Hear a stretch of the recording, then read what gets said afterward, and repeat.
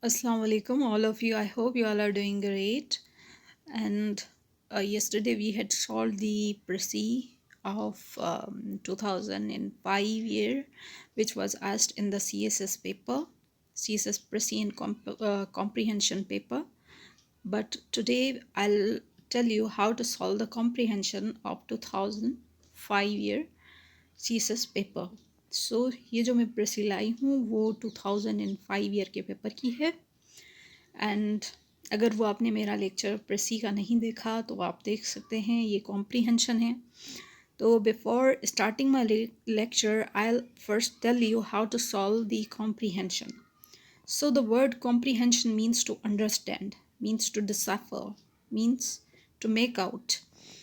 इस कॉम्प्रीहेंशन को या जो भी कॉम्प्रीहेंशन होती है उसको एग्ज़ाम में या पेपर में देने का मकसद ये होता है कि रीडर आपकी अंडरस्टैंडिंग देखना चाहता है. और वो कैसे देखेगा आपकी अंडरस्टैंडिंग? कुछ क्वेश्चंस देख के. वो आपको कुछ क्वेश्चंस देगा, फिर आपको इस पैसेज में से उन क्वेश्चंस का आंसर करना होगा. Right. So this is how he'll see that he'll see your understanding, right? So the thing which I'll suggest to you before solving the comprehension is that read the questions. First of all, read the questions very carefully. Don't read the comprehension first, read the questions first. और दूसरी बात ये है कि comprehension में जो rough draft बनता है वो एक बनता है. आप रफ ड्राफ्ट बनाएंगे, फिर आप जो पढ़ेंगे, जो मेन पॉइंट्स पहले तो आपको उठानी है क्वेश्चन से कि क्वेश्चन में पूछा क्या गया है, कौन कौन से क्वेश्चंस आपसे पूछे गए हैं. जब आप क्वेश्चंस पढ़ लें, फिर जब आप पैसेज पढ़ेंगे ना, तो फिर आपको जब पैसेज पढ़ेंगे फिर आपको अंदाज़ा होगा कि ये इस लाइन में इस क्वेश्चन का आंसर है. राइट. तो इसलिए मैं आपको बोलती हूँ कि आप पहले क्वेश्चंस पढ़ें. तो चलते हैं क्वेश्चंस की तरफ. So these are the questions. The questions are, why did the writer's father spend time studying the skies? The second question is, why the writer thinks that there was no need of barometer. Third one is, what does the bright horizon mean for the writer's father? Fourth one is, how did her father influence the writer in her later years? And the last question is, explain the underlined words and phrases in the passage. अब ये देखें. अब अगर हम लोग इसके main points की बात करें, अब मैं आपको पहले तो इस पैसेज का जस्ट बता रही हूँ. जस्ट में क्या है कि ये जो ऑथर है वो अपने फादर का जो पैशन था या जो उसके इंटरेस्ट थे या उन्होंने बचपन में जो जो सीखा अपने फादर से, वो अपना एक्सपीरियंस इस पैसेज में बता रही है. मीन्स ये पैसेज रिवॉल्व करेगा राइटर के फादर पे. राइट. जैसे इसने पूछा है कि राइटर के फादर जो थे स्पेंड करते थे टाइम स्काई को स्टडी करने में. पहला क्वेश्चन आप ये देखें. सेकंड क्वेश्चन में पूछा गया है कि क्यों बैरोमीटर की नीड नहीं पड़ी. थर्ड क्वेश्चन में भी यही पूछा गया है कि हॉरिजॉन्स को जो स्काई था उनकी हॉरिजॉन्स में देख के उनके फादर उनको क्या बताते थे. राइट. या उनका मतलब क्या था. एंड दूसरा ये कि इनके फादर की टीचिंग्स जो थी उन्होंने इस ऑथर को अपने लेटर ईयर्स में राइटिंग में कैसे हेल्प आउट किया. लास्ट वन में क्या पूछ रहा है कि भाई जो जो फ्रेजेस हैं उनके आप आंसर्स दे दें. तो आपको आपके माइंड में एटलीस्ट कुछ पॉइंट्स होंगे कि वे क्वेश्चंस किन चीज़ों पे फोकस कर रहा है. तो आप रफ ड्राफ्ट में ये चीज़ें लिख लेंगे. अब आते हैं हम अपने ओरिजिनल पैसेज की तरफ. ओके. बट पैसेज को एक्सप्लेन करने से पहले मैं आपको कुछ चीज़ें बताऊंगी जो इसमें वर्ड्स हैं, जो डिफ़िकल्ट वर्ड्स हैं, जो अंडरस्टैंड करना ज़रूरी है आपके लिए. जैसे पहली लाइन में फैसिनेट लिखा हुआ है. फैसिनेट कहते हैं to capture someone's attention and interest often in surprising और इम्प्रेसिव वे. जैसे आप कहें कि पोइट्री पढ़ना आपको क्या करता है, फैसिनेट करता है, राइट। आप इम्प्रेस हो जाते हैं या आपका इंटरेस्ट, वो आपकी अटेंशन जाती है उसकी तरफ, आप पोइट्री सुनते हैं तो। अब जो दूसरे वर्ड्स यूज़ किए गए हैं वो मैं आपको एक्सप्लेन कर देती हूँ, जैसे कि गायरोस्कोप, राइट। अब ये जो एक इंस्ट्रूमेंट है, अगर आप इसको देखेंगे इस इंस्ट्रूमेंट को, तो ये बहुत ही ज़्यादा इंटरेस्टिंग भी है, क्योंकि मैंने इसकी एक वीडियो देखी कि ये गायरोस्कोप है क्या बेसिकली। तो ये एक डिवाइस है which is used as a spinning wheel और plates to maintain its orientation or balance. अब it means that it keeps its balance और orientation, किस चीज़ का, जिस चीज़ में भी ये यूज़ किया जाए उसका ये बैलेंस बना के रखता है। अब ये बेसिकली जब ये ऐसा डिवाइस है जिस पे अगर हम लोग फोर्स अप्लाई करें ना, तो वो मूव करना शुरू करता है, और मूव ऐसे करेगा कि वो अपना बैलेंस बना के रखेगा।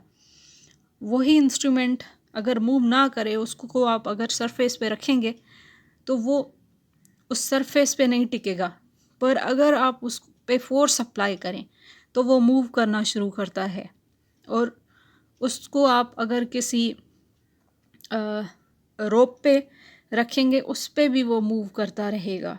तो ये जो इंस्ट्रूमेंट है ना, बेसिकली ये एयरक्राफ्ट में आजकल यूज़ होता है, और ये यूज़ होता है स्पेस पे। हम लोग कोई भी सैटेलाइट्स बेचते हैं, सपोज़ करें हमने सेंड की अपनी सैटेलाइट, तो ये इंस्ट्रूमेंट हेल्प आउट करता है कि कैसे क्या क्या चीज़ें हो रही हैं, कैसे बैलेंस मेंटेन हो रहा है। ये बेसिकली ऑब्जर्वेशन बताता है हमें, और ये बैलेंस करने में हेल्प करता है, गायरोस्कोप जो मैंने आपको बताया। अब जो सेकंड डिफ़िकल्ट वर्ड जो आपने सुना होगा मोस्टली, बैरोमीटर। बैरोमीटर यूज़ होता है किस चीज़ में? बैरोमीटर के बारे में पूछा भी गया था क्वेश्चन में कि क्यों वो यूज़ में नहीं था। क्यों? ये बैरोमीटर बेसिकली मेजर करता है एटमॉस्फेरिक प्रेशर को, और प्रिडिक्ट करता है किस चीज़ में चेंजेस, वेदर पैटर्न में जो चेंजेस आती हैं उसमें ये यूज़ होता है। दूसरा वर्ड था प्रॉफिट। तो प्रॉफिट मीन्स वो बंदा जो प्रेडिक्ट करे फ्यूचर इवेंट्स को, राइट। तो उससे हम क्या कहते हैं? प्रॉफिट कहते हैं, राइट। और मेट्रियोलॉजी भी, मेट्रियोलॉजिकल या मेट्रियोलॉजी रेफ़र करता है study of weather and climate को, जिसके बारे में हम फोरकास्ट करते हैं या रिसर्च करते हैं, तो उसे हम क्या कहते हैं? मेट्रियोलॉजिकल या मेट्रियोलॉजी। ओके। एटमॉस्फेयर का तो आपको पता होगा, एयर या surrounding, air surrounding the earth, उसको आप, एयर तो सबको पता होता है, और एटमॉस्फेयर जो आपके सराउंडिंग में है। कोमोशन इसमें वर्ड यूज़ किया गया है। कोमोशन कहते हैं हम अफरा तफरी को। इसके डिफरेंट सिनोनिम्स होते हैं, जैसे कन्फ्यूजन हो गया, हल्ला बुला हो गया, टर्मोइल हो गया, अपहीवल हो गया, टर्ब्यूलेंस हो गया। डिफरेंट वर्ड्स हैं जो ग्री और एसएटी में यूज़ होते हैं, और ये कॉमन वर्ड्स हैं जो यूजुअली रिपीट होते हैं एग्जाम्स में। डिस्टर्बेंस आपको पता होगा, interruption, right. Noise, external factors जो आपको डिस्टर्ब करें उसे क्या कहते हैं? डिस्टर्बेंस कहते हैं। और ड्रामेटिक एक वर्ड यूज़ किया गया था, वो भी आपको पता है, ड्रामेटिक। तो इवेंचुअलिटीज़ का आपको पता होगा कि पॉसिबल फ्यूचर इवेंट्स और outcomes often unpredictable and uncertain. कोई भी ऐसी चीज़ हो जाए, मिसफॉर्चून हो जाए, या कोई भी ऐसी चीज़ हो जाए जो क्या हो, अनप्रेडिक्टेबल हो आपके लिए, अनसर्टेन हो, सडनली हो जाए। और दूसरा वर्ड लिखा हुआ था sniff. To sniff the atmosphere, to sniff the air, कुछ लिखा है इस पैसेज में। तो उसका मतलब ये होता है कि भाई आप ऑब्ज़र्व करें, राइट, या स्मेल करें उस चीज़ को, एटमॉस्फेयर को देखें, ठीक है, उस एयर को स्निफ करें, तो स्मेल करें या इन्वेस्टिगेट करें, राइट। तो स्निफ का मतलब ये होता है स्कूफिंग। दूसरा वर्ड था स्कूफिंग। ये कॉमनली यूज़ होता है वर्ड गिरी एसएटी में, ये पूछा जाता है, जिसे हम जेर भी बोलते हैं, JEER जेर, या मोक कहते हैं हम इसको, या खिल्ली उड़ाना कहते हैं, स्कॉनफुल कहते हैं, मतलब जिसे हम कहते हैं ना किसी पे मोक करना, तंज करना या हंसना, राइट। तो इसे हम कहते हैं स्कूफिंग। दूसरा लास्ट में वर्ड यूज़ किया गया था होवरिंग। होवरिंग का मतलब ये होता है, होवरिंग का मतलब होता है to be suspended in mid air, means कोई भी ऐसी चीज़ जो सस्पेंडेड हो एयर में, मिड एयर में, मतलब अनसर्टेनिटी हो, बेसिकली स्टेट ऑफ अनसर्टेनिटी कहें या आप डिसाइड ना कर पाएँ तो उसे हॉवरिंग कहते हैं, right. So these were the difficult words. बाकी तो जो भी इसमें लिखे हुए हैं बहुत इजी वर्ड्स हैं, जो डिफ़िकल्ट थे मैंने आपको बता दिए। ओके, तो अगर हम लोग पैसेज की तरफ आएँ तो पैसेज में ये लिखा हुआ है कि my father loved all instruments that would instruct and fascinate. मेरे फादर को हर वो इंस्ट्रूमेंट अच्छा लगता था जो उनको फैसिनेट करे, अमेज करे, जो उनका इंटरेस्ट डेवलप करे, या जो उनका उनको बेसिकली इंजॉयबल लगे, या उनको जो एडमायर करे। Okay, his place to keep things was the drawer in the library table. अब ये सारी चीज़ें जो उनको फैसिनेट करती थी, वो सारे इंस्ट्रूमेंट वो कहाँ रखते थे? ड्रॉवर में रखते थे, जो लाइब्रेरी टेबल उनकी होती थी। बड़ी लाइब्रेरी में एक बड़ी टेबल होती थी, वहाँ पे वो रखते थे। Okay, where lying on top of his folder map was a telescope with brass extensions. अब उधर क्या होता था कि ऊपर ऊपर बिल्कुल एक मैप होता था और उस ड्रॉवर के अंदर एक टेलीस्कोप होता था विथ ब्रास एक्सटेंशंस, मींस एक बड़ी किस्म की मेटल्स की एक्सटेंशंस या कोई मेटल की चीज़ होती थी उनमें लगी हुई या उनसे अटैच्ड। तो एक ब्रास एक्सटेंशन की बात की गई है, एक्सटेंशंस की। To find the moon and the big dripper after supper in our front yard. अब उस टेलीस्कोप से वो करते क्या थे? मून देखते थे या बिग स्टार्स या प्लैनेट्स वगैरह देखते थे। सपर मीन्स डिनर के बाद। फ्रंट यार्ड जो उनका होता था, मीन्स जो फ्रंट वाला एरिया होता है घर का, उधर वो जाके मून को या बिगर प्लैनेट्स या स्टार्स को देखते थे। And to keep appointments with the eclipses, and वो इक्लिप्सिस को देखते थे। इक्लिप्सिस जैसे सोलर इक्लिप्स हो गया या लूनर इक्लिप्स हो जाता है, तो वो उन चीज़ों से टेलीस्कोप से ये चीज़ें देखते थे। In the back of the drawer you could find a magnifying glass, a kaleidoscope and gyroscope. अभी गायरोस्कोप मैं आपको एक्सप्लेन कर चुकी हूँ, राइट। ये भी एक इंस्ट्रूमेंट है, और ये मैग्नीफाइंग ग्लास जैसे कैलियोडोस्कोप भी एक इंस्ट्रूमेंट है, वो भी back side of the drawer में पड़ा रहता था, back of the drawer, right. Kept in black buckram box. अब बकरम बॉक्स मीन्स एक ब्लैक किस्म का क्लॉथ था या कपड़ा आप बोल दें, या बकरम जैसे आप कहते हैं ना, एक पेपर टाइप, उसमें ब्लैक कलर के कपड़े में या एक पेपर में बॉक्स में वो चीज़ें पड़ी रहती थी। Which he would set dancing for us on a string pulled tight. अब ये देखें, गायरोस्कोप का मैंने आपको बताया कि ये गायरोस्कोप ऐसा इंस्ट्रूमेंट है जिस पे आप अगर फोर्स अप्लाई करेंगे ना, तो वो ऐसे मूव करना शुरू करेगा। फिर आप उसे किसी स्ट्रिंग पे रखें, रोप पे रखें, किसी चीज़ पे रखें, तो वो मूव करता रहेगा करता रहेगा। ये आप गायरोस्कोप ज़रूर देखिएगा यूट्यूब पे, कोई भी वीडियो खोल के उसमें देखिएगा, ये बड़ी इंटरेस्टिंग चीज़ मुझे लगी। He had also supplied himself with the assortment of puzzles composed of metal rings and intersecting links and keys chained together। अब उनके पास दूसरी कौन सी चीज़ें होती थी? असॉर्टमेंट पजल्स, जैसे हम लोग पज़ल गेम खेल रहे होते हैं कि वर्ड्स बनाने हैं, तो इनके पास क्या होता था, मेटल की कुछ पज़ल्स होते थे या मेटल की कुछ रिंग्स होती थी जिससे वो इंटरसेक्ट करते थे, एक लिंक क्रिएट करते थे या चेन क्रिएट करते थे, जो impossible for the rest of us. Means in बच्चों के लिए, या जो ऑथर है वो अपना एक्सपीरियंस बता रहा है कि मेरे लिए वो डिफ़िकल्ट था, या रेस्ट ऑफ अस, या उनके बहन भाई भी हो सकते हैं रेस्ट ऑफ अस चिल्ड्रन जो थे, वो खुद अपने चाइल्डहुड की बात कर रहे हैं, तो बोल रहे हैं कि मेरे लिए या हम दूसरों के लिए वो डिफ़िकल्ट होता था सॉल्व करना।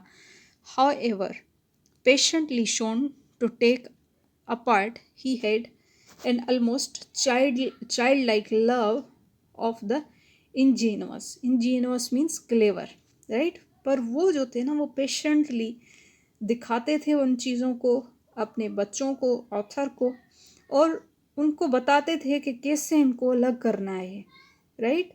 और उनका ये जो इंटरेस्ट था वो बच्चों की तरह इन चीज़ों में था, और वो बहुत क्लेवर थे इन चीज़ों, इन पजल्स को सॉल्व करने में, राइट? आगे ऑथर लिखते हैं, in time a barometer was added to our dining room.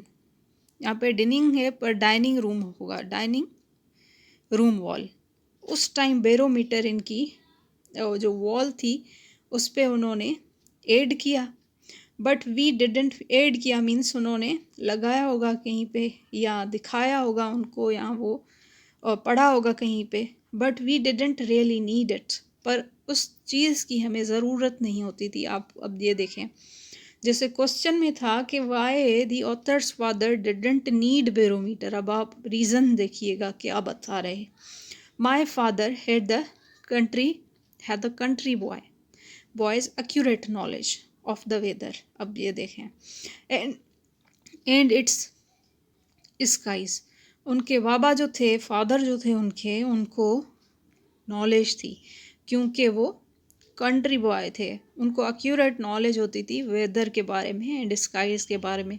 अब बैरोमीटर भी इन चीज़ों के बारे में बताता है, तो उनको इसलिए बैरोमीटर की ज़रूरत नहीं पड़ती थी, क्योंकि बैरोमीटर की उनको ज़रूरत नहीं पड़ती थी क्योंकि उनके पास नॉलेज थी, एक्यूरेट नॉलेज वेदर के बारे में भी और स्काइज के बारे में भी। He went out and stood on our front steps first thing in the morning and took a good look at it and a sniff.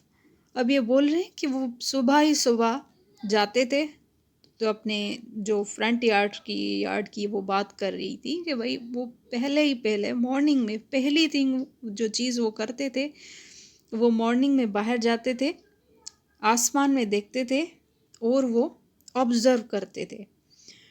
सिनिफ का मतलब है ऑब्ज़र्व करना या देखना या अंदाज़ा लगाना, राइट, या महसूस करना। तो आगे बोल रहा है राइटर कि he was a pretty good weather profit, means वो जो थे वो बहुत ही ज़्यादा अच्छे प्रिडिक्टर थे, जो वेदर के फोरकास्ट करते थे वो वेदर को। And he told us children what to do if we were lost in strange country. अब वो बता रही है, I don't know it's he और शी, तो द ऑथर के बारे में बता रही हूँ कि वो मुझे नहीं पता कि वो ही हैं या शी हैं। तो इसमें ये लिख रहे हैं कि उनके फादर उनको बताते थे कि अगर आप किसी स्ट्रेंज जगह पे गुम हो जाएं, जहाँ पे कोई भी ना रहता हो या कोई बिल्डिंग ना हो, तो आप क्या करेंगे।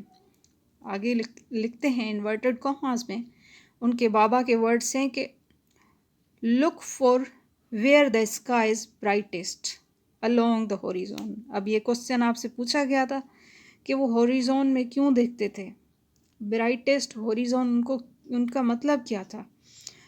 अब ये देखें वो क्या बता रहे हैं, look for where the sky is brightest. आप देखें आसमान में और देखें कि कहाँ से आसमान जो है वो ब्राइटेस्ट है। He said that reflects the nearest river. अब इसका आंसर आपको मिल गया कि ब्राइटेस्ट हॉरिजॉन आपको क्या बताता है, ये आपको बताता है कि रिवर किस साइड है। अब जाहिर सी बात है, जहाँ पे रिवर होता है वहाँ पे ही लोग बसते हैं।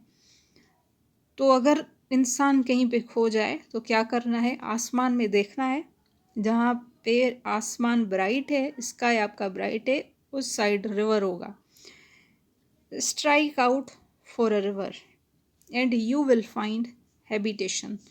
आप उस साइड को फॉलो करें, रिवर वाली साइड को, मीन्स जहाँ पे आसमान हॉरिजॉन ब्राइट हो, स्काईज आर ब्राइट, आप उस साइड को फॉलो करें, आपको हैबिटेशन ज़रूर मिलेगा। मीन्स आपको लोग वहाँ पे बसे हुए या लोग रहते हुए ज़रूर मिलेंगे।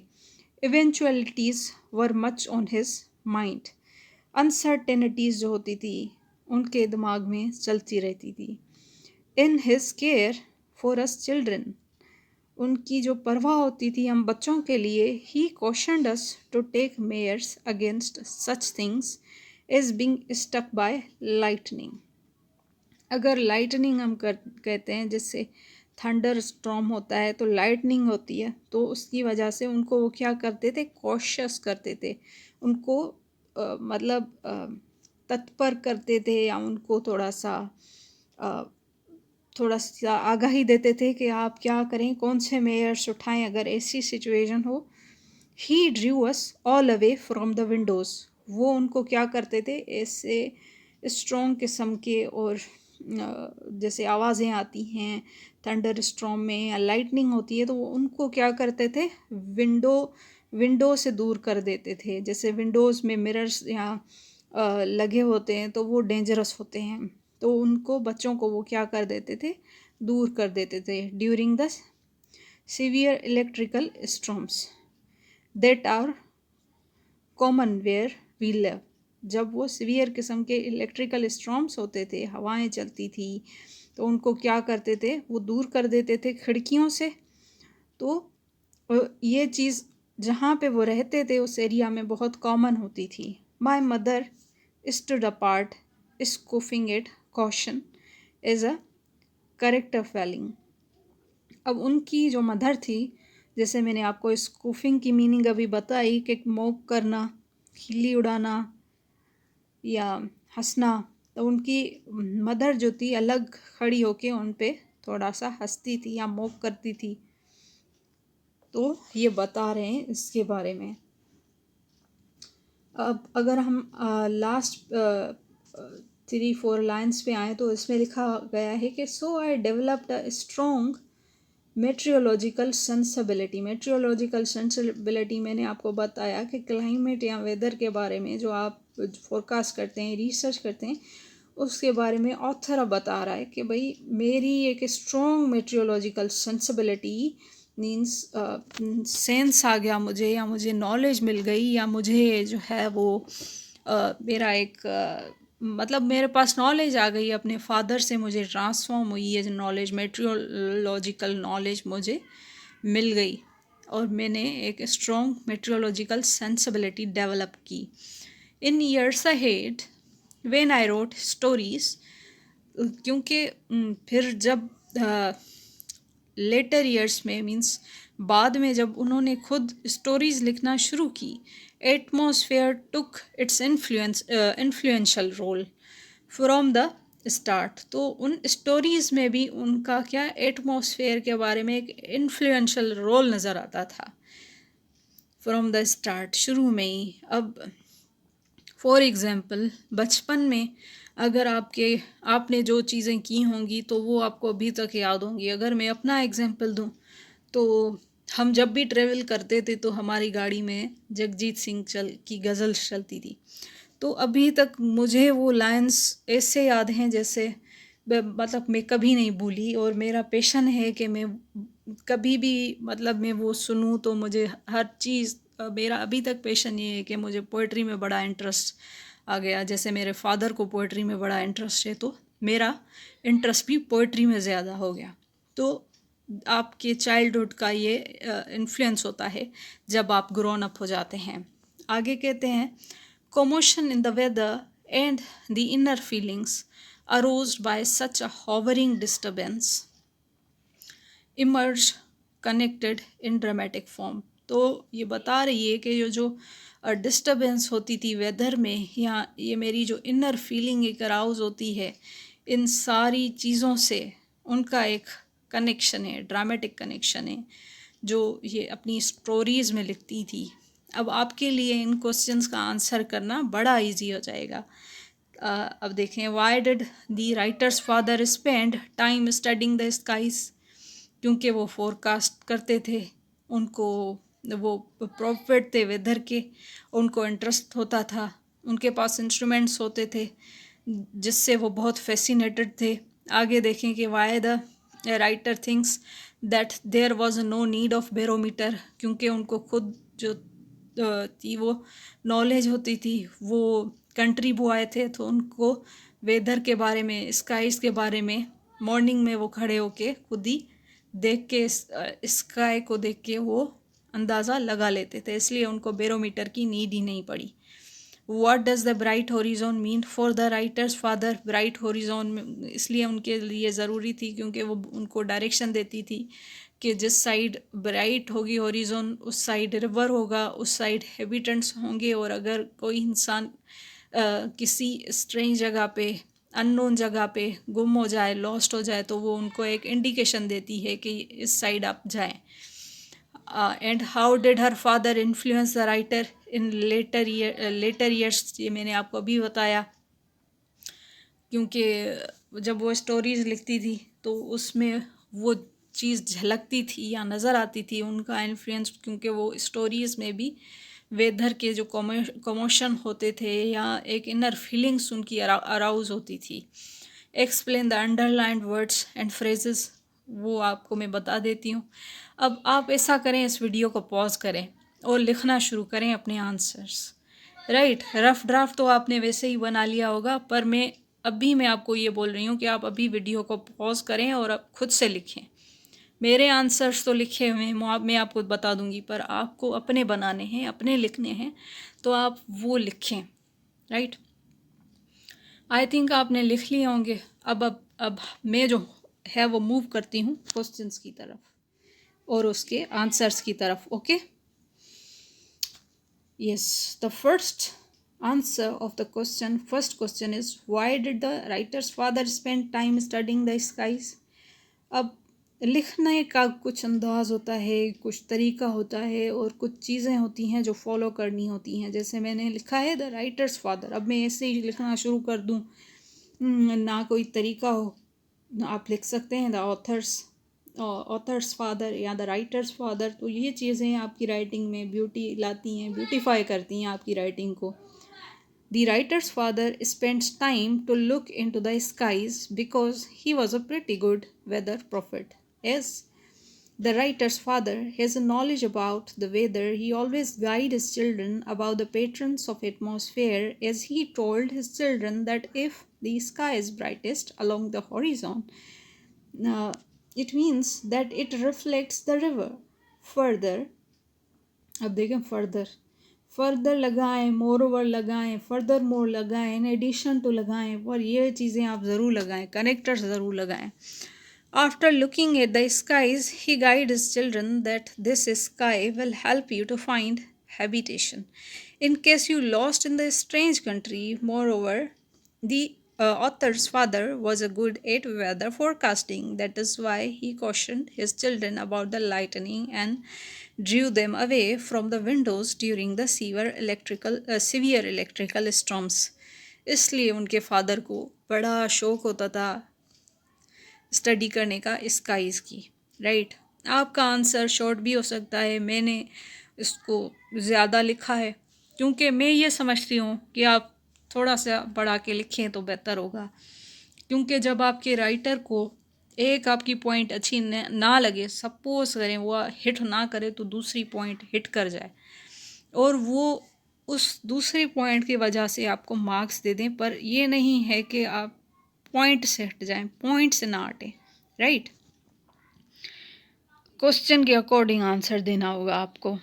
The second question is why the writer thinks that there was a no need of barometer. मैंने लिखा है according to the author's father they have barometer but they did not use it because his father was the country boy. He have accurate knowledge of the weather and its skies. He went out and stood on our front steps first thing in the morning and took a good look at it and a sniff and forecast the weather without using barometer, as barometer is used to measure atmospheric pressure. Barometer use तो होता है atmospheric pressure के लिए, but उनके father के पास accurate knowledge थी, वो country boy थे, वो अंदाज़ा लगा लेते थे, फोरकास्ट कर लेते थे वेदर को, इसलिए उनको ज़रूरत ही नहीं पड़ी. What does the bright horizon mean for the writer's father? According to the author's father, bright horizon indicate that there is a river and it helps a stranger to find their way. How did her father influence the writer in her later stages? अब मैं पढ़ लेती हूँ आपके लिए. The author is a writer of stories. As he wrote stories, his feelings and the teachings, his feelings and the teachings of her father helped her to write stories. And when she write stories, atmosphere took its influential role from the start. Commotion in the weather and the inner feelings aroused by such a hovering disturbance emerged connected in dramatic form. जब भी वो लिखते थे तो ये सारी जो disturbances होती थी, लाइटनिंग, स्टॉर्म्स, थंडर, उनके फादर की टीचिंग्स, वो सारी उस राइटिंग से ज़ाहिर हो जाती थी और वो लिखने पे मजबूर हो जाती थी, क्योंकि उन चीज़ों का इन्फ्लुएंस बड़ा था उनकी लाइफ में. अब अगर हम डिफ़िकल्ट वर्ड्स, फ्रेजेस की बात करें तो पहली लाइन में क्या लिखा हुआ है कि pretty good weather profit. It means that author's father is skilled at predicting the weather, which means he can accurately forecast the weather conditions. Pretty good तो आपको पता होगा, वेदर प्रॉफिट भी आपको पता होगा. प्रॉफिट तो हम कहते हैं मैसेंजर को. तो मैसेंजर मीन्स जो पैगाम पहुँचाए और जो जिसको नॉलेज हो अनफोर्सीन की, राइट. अब ये चीज़ें एक्सपीरियंस से आती हैं, ये चीज़ें डिफरेंट इंस्ट्रूमेंट्स को यूज़ करके आती है, ये कुछ रब की अता भी होती है.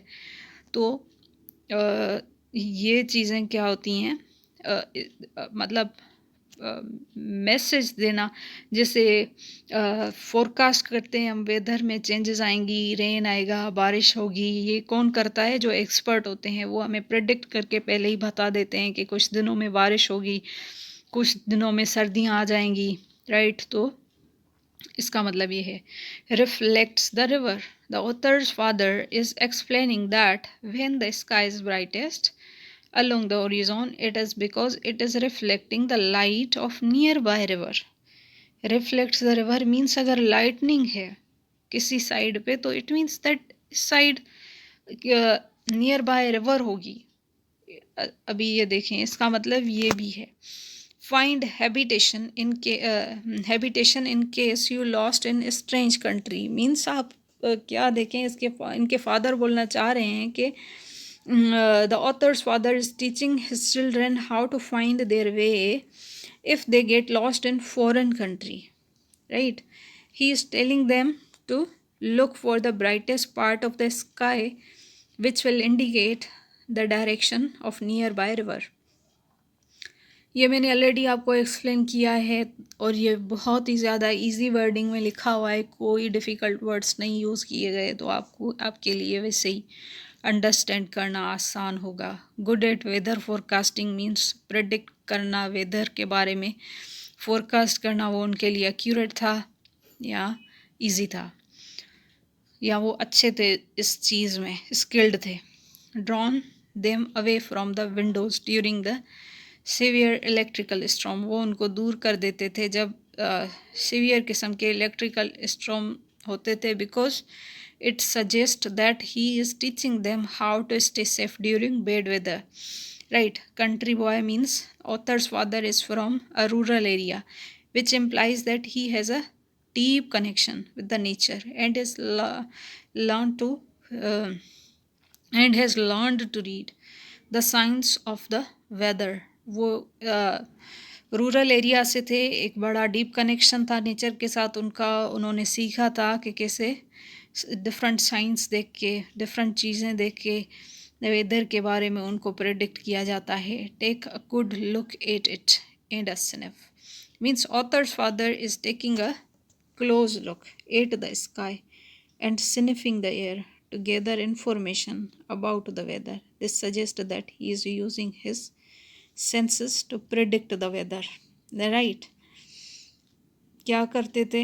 ऑब्जर्व करते थे, इंफॉर्मेशन गैदर करते थे वेदर के बारे में और बता देते थे प्रिडिक्ट करके कि कैसा रहेगा वेदर या कौन कौन सी चेंजेस आएंगी.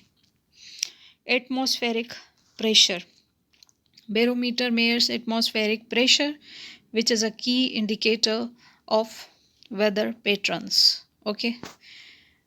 बैरोमीटर क्या करता है? एटमॉस्फेरिक प्रेशर के बारे में बताता है, जो इंडिकेट करता है वेदर के पैटर्न्स को.